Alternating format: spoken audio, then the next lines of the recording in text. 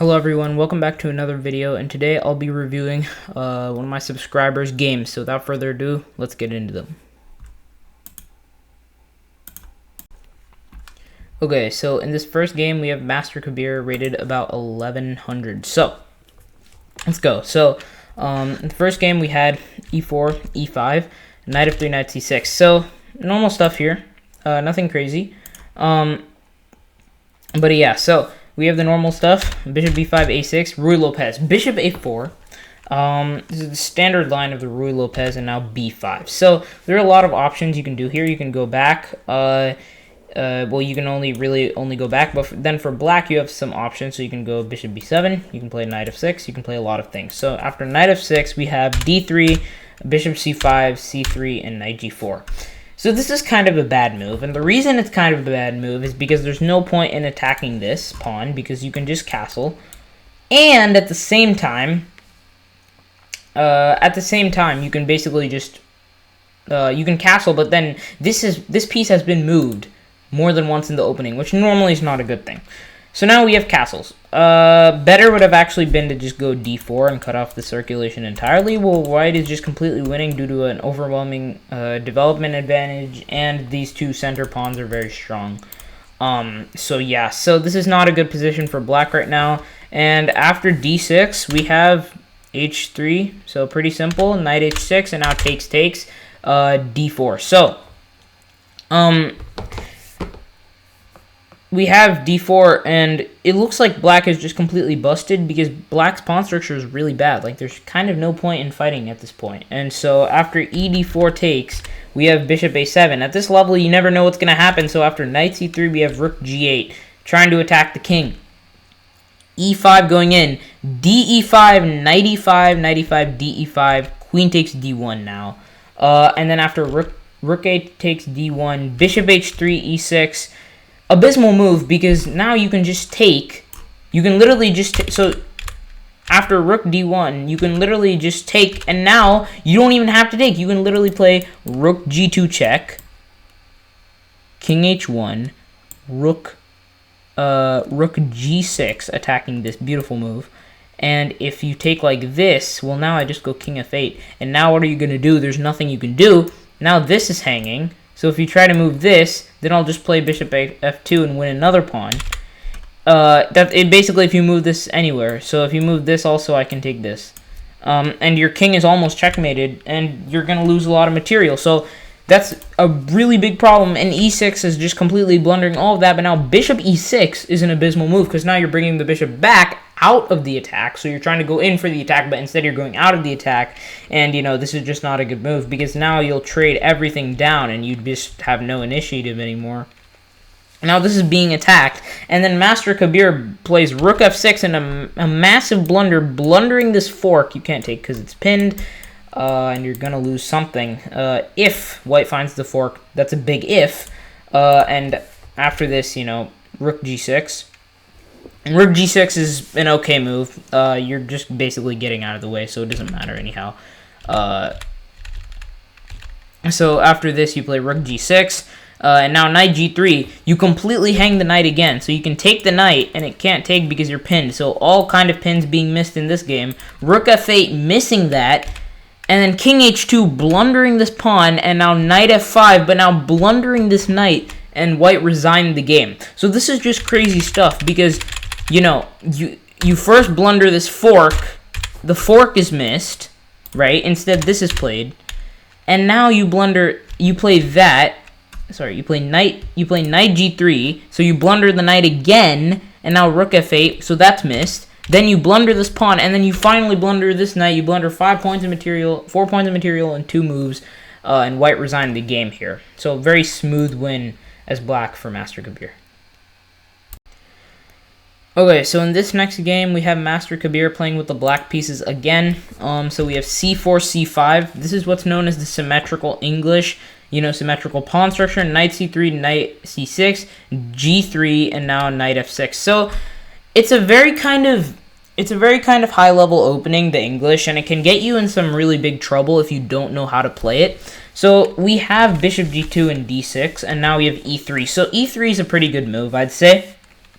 Now with bishop f5, we have knight g to e2. So all pretty good. All pretty good. Knight g to e2 is an okay move. It's not the best move. Normally, you only want to kind of connect these knights in the opening if there's like a bishop attacking it and trying to pin you. Otherwise, there's really no point in doing this kind of knight maneuver. Knight f3 would actually be much better here. Or, you know, obviously d4 is also always a good move to open up your bishop in case e3 is ever played. But knight g to e2 is played, and now we have e6. And so e6 is also an okay move, nothing too crazy. It's kind of a mild inaccuracy, but that's not too big a deal. And now d4, cd4, knight d4, now bishop g6. Big blunder here, because now what you can do is you can just take this, now it's a fork, and now you're going to lose that rook. Unfortunately, this isn't seen, and white castles, misses that, and now e5, attacking the knight and prompting it to take. So now it's kind of like you have to take, right? Well, not necessarily, because now knight b to d5 is played. One of the only squares that misses the fork entirely, and now after bishop e7, there's basically nothing, because now the knight isn't attacking the c6 square anymore, and now knight d5, bishop d5, and although this position does look scary for black, it's really not a big deal. You can just finish your development and play a playable middle game. And now after castles f4, we have f4 in this position. Okay move, not the best. b3 was best, because now after you play something like queen d7, now you can go like bishop g2, have a very nice, not that bishop. You can actually play bishop g2, have a very nice position. And now after something like e4, you can play bishop a3, rerouting this bishop. And now even though this bishop looks dead, you can always play something like, you know, you can always bring the queen in some way or another. So that's it. So after f4 though, ef4, knight b4. So knight b4 is actually a great move, because what this does is this, first off, it kind of gets out of the pressure of this like constantly having to make sure the bishop doesn't do anything. But this is a great move, because if you take like this, suddenly I have queen b6, and you're being forked. And so you have to move your king, obviously. This will come with another check. And now I can always, you know, do something like this, try to undermine the support. Very nice move here, because you can't take with the queen due to the knight. So, again, this just has a host of tactical opportunities waiting for you. But now f5, pretty good move. And actually, this is very hard to find. This would trap the bishop ordinarily, but you can play bishop h5. And if the queen actually takes this, then you can play knight takes d5. Whoops. Taking is not possible due to a fork, and you'll lose that knight. I don't know if he saw that or not, to be honest, but that's what happened in the game. But knight d5 is played immediately, and now this is just a complete blunder, because now you can actually take with the queen. That's missed, and now queen f3 is played. And now queen b6 check is a great move, because now you can literally just take the pawn and then move your knight out of the way, and you've just won a pawn for free. Instead, queen c5 is played, so you missed that as well. And then you play fx g6, yeah, this is just completely losing for white, because now fx g6 back, the rook is eyeing the queen, also eyeing the rook. Looks like a massive attack is going to start brewing up here. And unfortunately, there's very little white can do, because now after bishop f4, knight f4 takes, g5 here, massive blunder. You can actually just play queen c4, not only now attacking this knight, attacking the pawn again. Something like bishop g5 might be in order soon. So this is just completely lost. Instead, playing g5, and now instead of playing queen takes b7, grabbing the free pawn, now playing queen d5, forcing the trade of queens. Forcing the trade of queens. And after gf4, the dust is cleared. No more blunders probably in this game anymore, but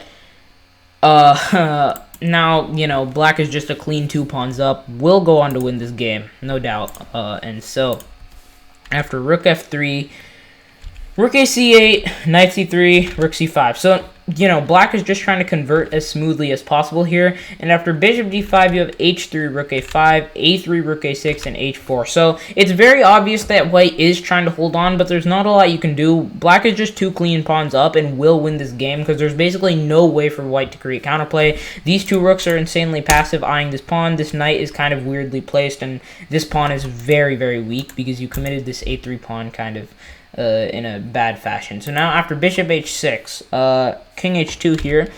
White is trying to bring the king, but it won't work. And after b4, in the mutual time scramble, rook c6, hanging a rook in one move. Knight b5, returning the favor and not taking the rook. Rook c2, and now rook f2, blundering the game. In fact, actually, this is very hard to find, because now apparently king h3 was not actually a bad move, and it kind of held the position. Apparently, this is just bad, because after you take, you can play f3, and now you can play this and just infiltrate, and now the pawn is too close to be taken.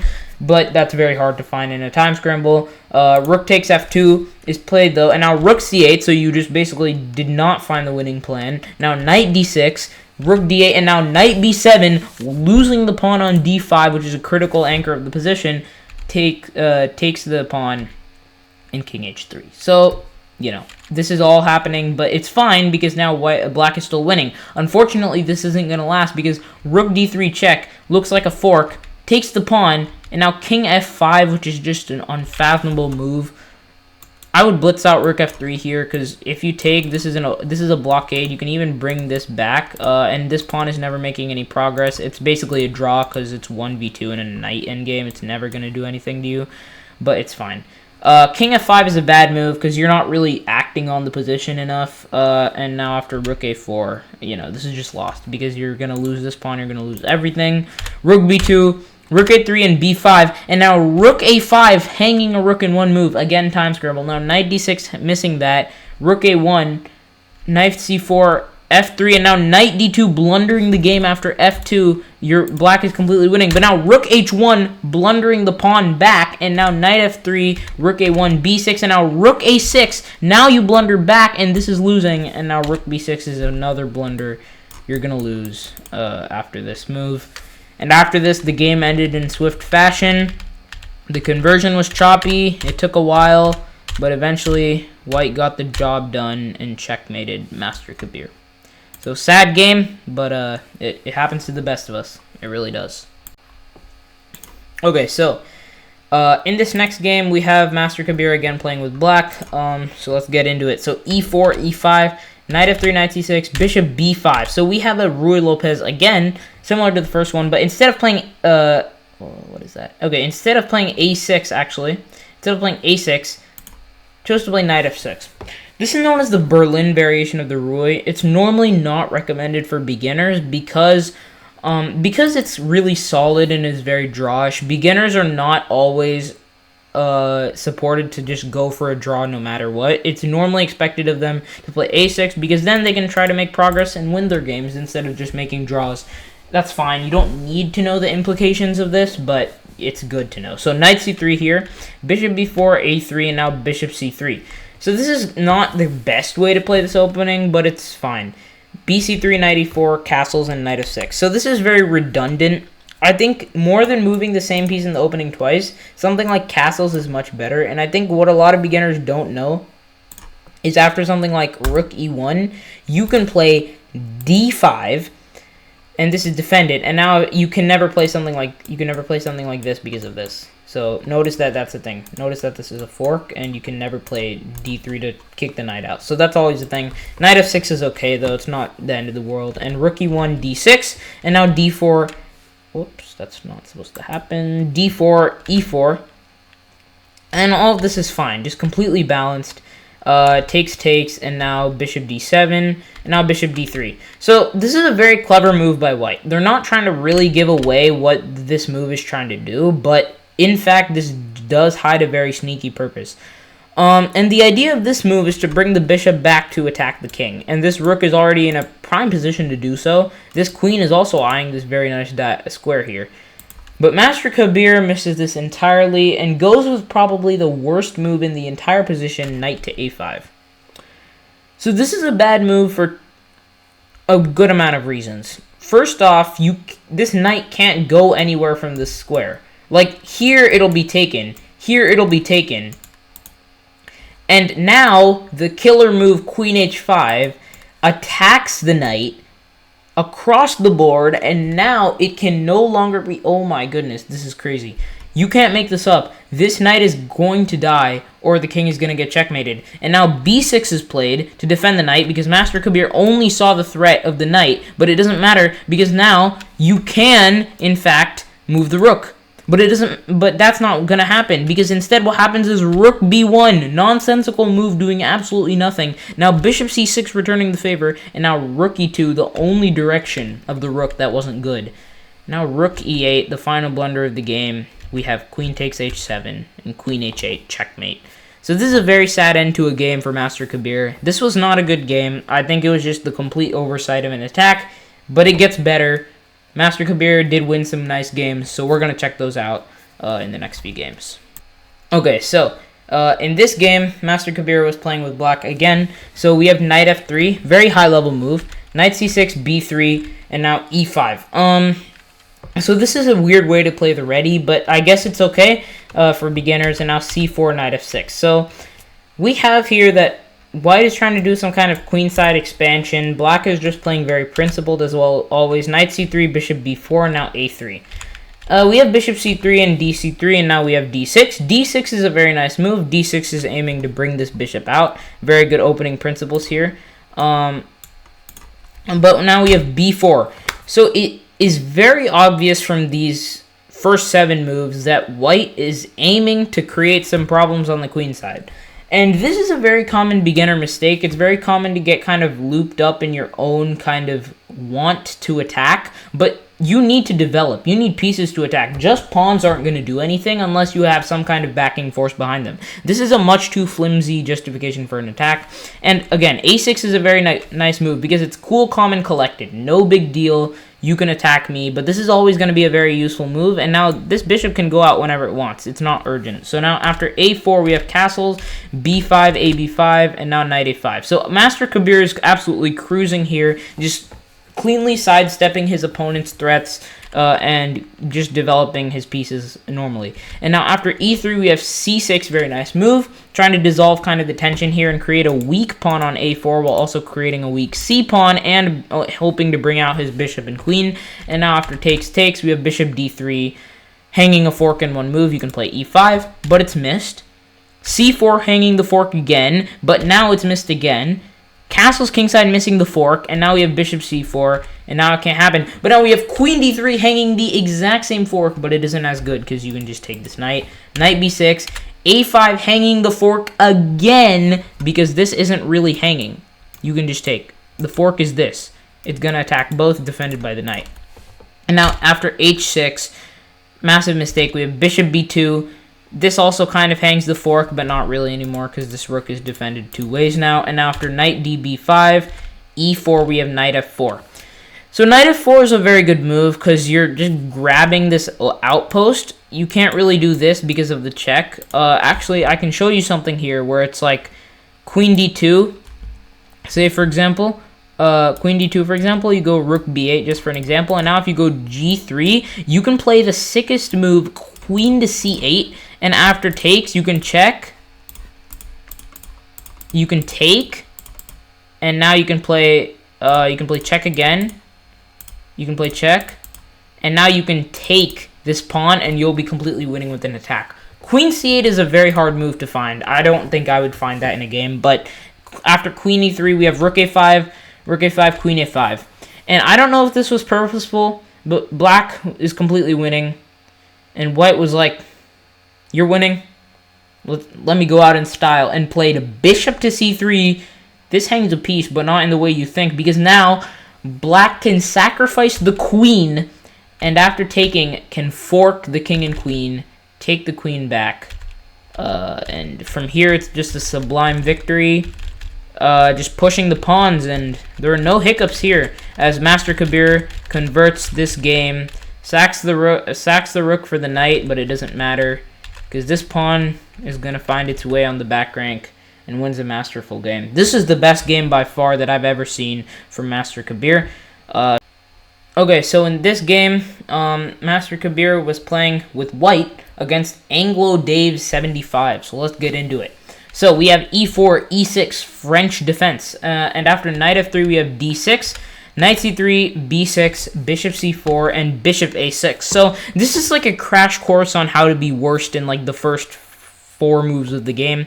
Anglo Dave is not playing well. The idea is you want to take like this, and now you play queen e2 attacking this, and you go back and you just have a massive lead in development. This is not a good idea. Bringing your pieces to the side is not a good idea. You want to aim towards the center. So bishop a6 isn't a great move. Bishop a6 takes, castles, and now knight b8. Knight b8 is great for black and for white, actually, because now white can play moves like d4, bring the rook in, and now e5. So this is a very instructive moment because a move like e5 is too early right now. e5 is clearly with the intent of attacking, but it's not a good move because to attack you need pieces, and not many pieces are out right now. Not to say that white isn't developed, but it's only the 7th move of the game. You know, you still have time. You still want to bring this out, and you want to bring your queen out. Then a move like e5 is much better. In fact, if you play like d4, queen here, a4, rook here, and then you can try to go for a central attack, or like rook e1, d4, bishop f4, d5. Now you can be completely winning because you have a completely developed thing. Now d5, and this is just not it, but it's still better for white because after something like d3, you can play bishop g5, takes, and now d4. Anchoring down this pawn, very nice move. Making sure your knights have an advantage in a closed position is always a great thing to do when you have 2 knights versus 2 knights. And now a6, not a great move, kind of passive. a3, and now we have queen d8. So this is just kind of a weird thing right now. And then b4, queen e7. So it's evident from here that Master Kabir is aiming to push, while this guy's just doing whatever he can with his queen, just moving back and forth. So rook b1, queen d8, a4, queen e7, b5, and now we have a5. Finally, he didn't move the queen, but it's too little too late. And now we have knight e2, amazing move here, aiming to reroute, just phenomenal play, also aiming to free up this pawn. And now after queen d8, again, we have rook c1, and we have c4. So white is slowly taking control of the game, piece by piece. Actually, this was not the best. You could have played this move, and upon this move, you could have played something like rook c7, just completely brutal. Or you could play like queen d2 and bring the pieces in and just win a very clean game. But it doesn't matter because after d e6, it's still winning. Playing knight h6, knight d2 is not the best, but it's still winning. And after castles, you can play knight c4. You're aiming to bring the knight into here, which is not so obvious, but it's basically the best you can do. And after rook a b8, knight c3, knight f5, knight b5, rook f c8. And now you can play knight e3, great move. Looking to after takes, like maybe even you can insert this check first. And now you can play f takes e3 and have this open file for yourself.